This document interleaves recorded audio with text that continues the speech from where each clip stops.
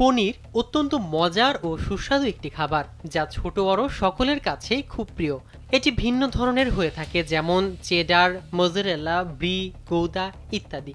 কিন্তু পনির যে শুধু সুস্বাদু খাবার তা নয়, পনিরে আছে প্রচুর পরিমাণ প্রোটিন, ক্যালসিয়াম, ভিটামিন। তবে সম্প্রতি যুক্তরাষ্ট্রের কর্নেল বিশ্ববিদ্যালয় ও food and drug administration FDA এর এক গবেষণায় দেখা গেছে কাঁচা দুধ থেকে তৈরি কিছু পনিরে সংক্রামক বার্ড ফ্লু বা H5N1 ভাইরাস পাওয়া গেছে, যা দীর্ঘ সময় পর্যন্ত জীবিত থাকে। গবেষকরা জানিয়েছেন পনিরের অম্লত্ব যত বেশি, ভাইরাস নিষ্ক্রিয় হওয়ার সম্ভাবনা তত বেশি। স্যান্ডেলিনা সো, রূপচর্চায় আভিজাত্য। সংক্রমিত কাঁচা দুধ ব্যবহার করে তৈরি পনিরে 60 দিনের মানব পরিপক্কতা সময় পেরোনোর পরও ভাইরাস জীবিত থাকে। অধ্যাপক দিয়েগো দিয়েল বলেন, সংক্রমিত গরুর দুধে ভাইরাসের উচ্চমাত্রার উপস্থিতি পূর্বের গবেষণায় প্রমাণিত হওয়ায় আমরা এই পরীক্ষা চালাই।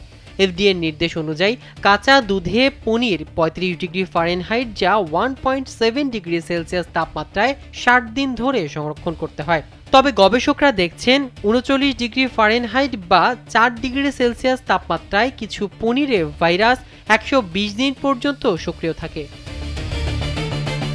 PH5 বা তার নিচে থাকা ফেটা চিজে ভাইরাস ধরা পড়েনি। তবে pH 5.8 এবং 6.6 এর মধ্যে থাকা পনিরে ভাইরাস টিকে থাকতে পারে। নিকোল মার্টিন বলেন, H5N1 সংক্রান্ত আমাদের গবেষণায় দুগ্ধ শিল্পের জন্য গুরুত্বপূর্ণ নির্দেশনা দেবে। এক পরীক্ষায় দেখা গেছে সংক্রমিত কাঁচা দুধ পান করা ফ্যারেট প্রাণীরা আক্রান্ত হয়েছে, তবে পনির খাওয়ানো ফ্যারেটদের মধ্যে কোনো সংক্রমণের লক্ষণ দেখা যায়নি। ডিএল বলেন, দুধ তরল হওয়ায় এটি শরীরের শ্লেষ্মা ঝিল্লির সঙ্গে বেশি সংস্পর্শে আসে, যা সংক্রমণের ঝুঁকি বাড়ায়। পনিরের ক্ষেত্রে এই প্রভাবটি কম। পনিরের অম্লত্ব বাড়াতে ল্যাকটিক অ্যাসিড ব্যাকটেরিয়া বা সরাসরি অ্যাসিড ব্যবহার করা হয়, যা ভাইরাস ধ্বংসের সহায়ক ভূমিকা রাখে।